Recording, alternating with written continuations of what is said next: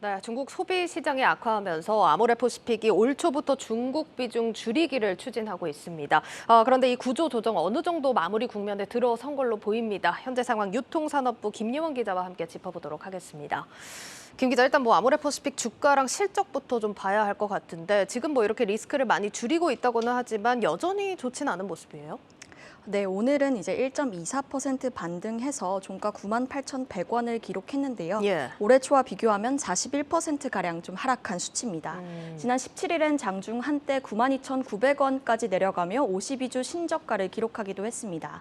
올해 1, 2분기 실적도 부진했는데 3분기에도 이런 흐름이 좀 이어질 거란 전망이 우세합니다.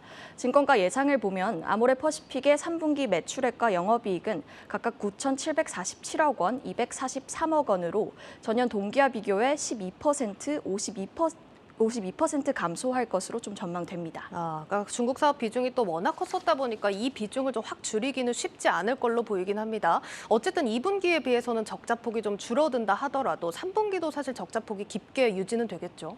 네, 해외 매출의 60% 이상 이제 국내 면세 수요의 대부분을 차지할 정도로 이제 아모레퍼시픽의 중국 의존도가 좀 높기 때문입니다. 네. 이 중국 화장품 시장이 강력한 코로나19 봉쇄 조치 이후 쪼그라든 소비 심리로 인해 역성장을 좀 거듭해 왔습니다. 게다가 이제 판매 마케팅을 도맡았던 왕홍들도 중국 정부 감시 대상에 오르면서 이제 수요가 올라오지 못하는 등 좀 불리한 영업 환경이 이어지고 있습니다. 이 때문에 중국 법인 실적은 좀 직격탄을 맞았는데요. 예. 지난 2분기엔 작년과 비교해 매출이 이제 59% 정도 줄었고요. 3분기에도 50% 넘게 좀 하락할 것으로 관측됩니다. 지난 2분기 425억 원 영업 손실을 내면서 적자 전환을 했고요. 증권가에서는 올해 3분기에도 좀 적자가 지속될 것으로 좀 관측하고 있습니다. 네, 이런 상황이 지속이 되다 보니까 올 초부터 중국 사업에 대해서 좀 구조 조정을 단행을 시작한 건데 이게 기다려도 좀 회복이 되기는 완전히 회복되기는 어렵다 이렇게 보기 때문일까요? 네, 이제 소비가 회복이 된다고 해도 이제 중국 사업이 좀 예전만 못할 것이다라는 판단을 좀 한 것으로 보입니다. 네. 미중 관계가 점점 복잡 미묘해지고 있어서 이에 따른 영향을 좀 피하기도 쉽지 않은 데다 현지 화장품 회사들과의 경쟁도 좀 날로 치열해지고 있습니다. 아모레퍼시픽은 현재 4개의 브랜드를 중국에 선보이고 있는데요. 설화수, 마몽드, 이니스프리, 라네즈입니다. 럭셔리 브랜드인 설화수에 집중해서 좀 주력 성장 브랜드로 이끌겠다는 전략이고요.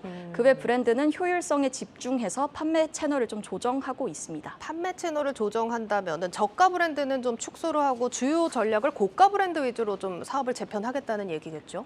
네, 맞습니다. 여기에 이제 수익성이 떨어지는 오프라인 채널은 좀 축소를 하고 온라인 좀 판매 비중을 높인다는 것도 좀 한 축이라고 할 수 있습니다. 네. 중저가 브랜드 이니스프리의 경우에는 로드샵 위주의 오프라인 매장을 좀 대폭 줄이고 있고요. 마몽드는 백화점 전체 매장 문을 닫습니다. 대신 좀 수요가 높은 멀티 브랜드숍과 이커머스 입점을 확대한다는 전략이고요. 라네즈도 비효율 오프라인 매장을 위주로 좀 정리를 하고 있습니다. 정리해보면 이제 브랜드별 매장 수는 전년 동기 대비 이니스프리는 마이너스 50%, 마몽드는 마이너스 10%, 라네즈는 마이너스 20% 정도 좀 축소될 예정입니다. 네. 이제 아모레퍼시픽은 올해 초부터 진행해온 구조조정을 좀 연말까지 끝낸다는 목표고요. 현재는 구분응선을 좀 넘었다고 볼 수 있겠습니다. 연말 정도면 어느 정도 구조 조정이 정말 마무리가 됐다고 좀 봐야 할 것 같은데 그러면은 앞으로 중국 리스크에 따른 좀 여파, 이 리스크는 어느 정도 해소가 됐다고 볼 수 있을까요? 네, 아직 오프라인 매장 축소에 따른 매출 감소를 이제 온라인 매출이 온전히 좀 커버하기는 어려운 상황이긴 한데요. 네. 증권가에서는 외형 축소에 따른 단기적인 매출 부진은 좀 있겠으나 적자 점포를 줄이는 데 따른 수익성 개선을 좀 기대하고 있습니다. 당장 4분기부터 이제 고정비 감소 효과가 좀 가시화될 전망이고요. 또 이제 하반기 대목이죠. 11월에 중국 최대 쇼핑 행사 광군제가 좀 예정돼 있습니다. 아모레퍼시픽 관계자는 브랜드별 매출 목표와 상황에 맞춰서 좀 대응하고 있다고 밝혔는데요.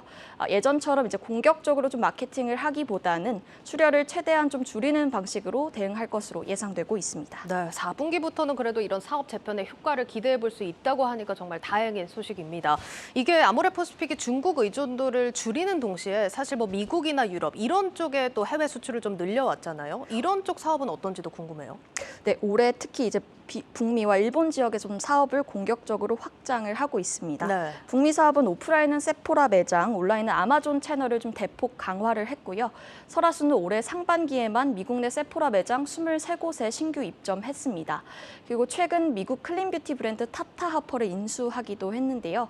타타하퍼가 가지고 있는 기존의 오프라인 유통망을 활용해서 북미 사업을 좀 더 확장한다는 계획입니다. 라네즈도 올해 일본 온오프라인 채널에 공식 입점하면서 일본 시장 진출을 좀 본격화했습니다. 그러니까 이 전략이 좀 통해야 될 텐데 증권가에서 어떻게 보고 있습니까? 네, 지난 2분기에 이어서 북미와 유럽 사업은 호조세를 좀 이어올 것으로 전망이 됐습니다. 중국 매출은 이제 50% 넘게 하락한 것과 비교해서 이제 북미와 중국 외 아시아 지역 성장세가 좀 가파른데요. 특히 북미 사업이 좀 가장 큰 기대를 받고 있습니다. 설화수는 2010년, 라네즈는 2014년에 처음 미국 시장에 진출했는데요. 최근 아마존 유료 서비스 10년 동안 이제 판매 채널을 꾸준히 늘려오면서 영향력을 좀 키워왔습니다. 최근 아마존 유료 서비스 회원을 대상으로 열리는 최대 할인 행사에서는 라네즈가 뷰티 카테고리 랭킹 1위를 기록한 쾌거도 이뤘고요. 네. 근데 다만 이제 북미 사업의 매출 비중이 전사 기준 4%, 해외 사업 기준 15% 수준으로 아직은 좀 작습니다. 그렇네요. 성장세가 빠르지만 이제 전체 실적 개선을 견인할 정도는 좀 아니라는 얘기고요. 이제 증권가에선 북미 사업 비중이 두 자릿수 이상으로 좀 성장한다면 유의미한 주가 상승 모멘텀이 될 것이다라는 관측을 내놓고 있습니다. 네, 잘 들었습니다. 유통산업부 김예은 기자였습니다.